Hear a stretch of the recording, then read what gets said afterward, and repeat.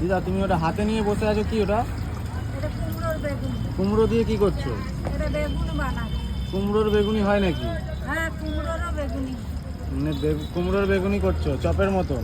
চপের মতো। কোথায় সেটা? সেটা উল্লাস 1 নম্বর গেট। উল্লাস 1 নম্বর গেট। কোথায় ভাজা আছে? একটা ভেজে দেখাও দেখি কিরম ভাজছো। না, 1 মিনিট দাঁড়াও, এটা না তুললে আমি খাই। এখানে কি ভাজতে দেওয়া হয়েছে? হ্যাঁ, ওখানে ভাজতে দিয়ে হবে। ওই একই কোটিনে ভাজা হচ্ছে সব, হ্যাঁ হ্যাঁ। যেরকম চপ ভাজা হয়। আর কি কি রাখছো তোমার কাছে? এখন এই দুটো জিনিসে আছে আজকে শনিবার বলে। কি কি আছে? আলুর চপ আছে, কুমড়োর বেগুনি আছে। এই কত? দুটোই আছে। কুমড়োর বেগুনি কত নিচ্ছ? 6 টাকা।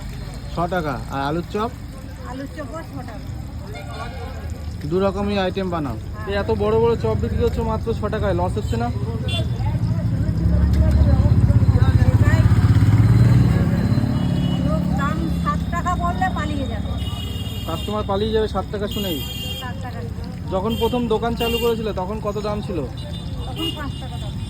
5 টাকা, মানে 10 বছর আগে। 10 বছর আগে। দিদা একটা কুমড়োর চপ ভাজো দেখি। কুমড়োর বেগুনি কি বলছো তুমি? 6 টাকা করে ছাড়ো। এটা কুমড়োর বেগুনি বলে কেন? এটা নাম দিতে হয় কুমড়োর একটা বেগুন, এই যে আচ্ছা। এইভাবে বাহ,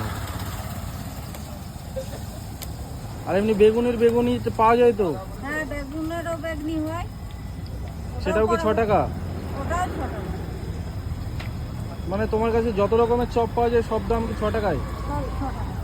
যে কতদিন ধরে বেচছো দিদা এরকম রাস্তার পাশে?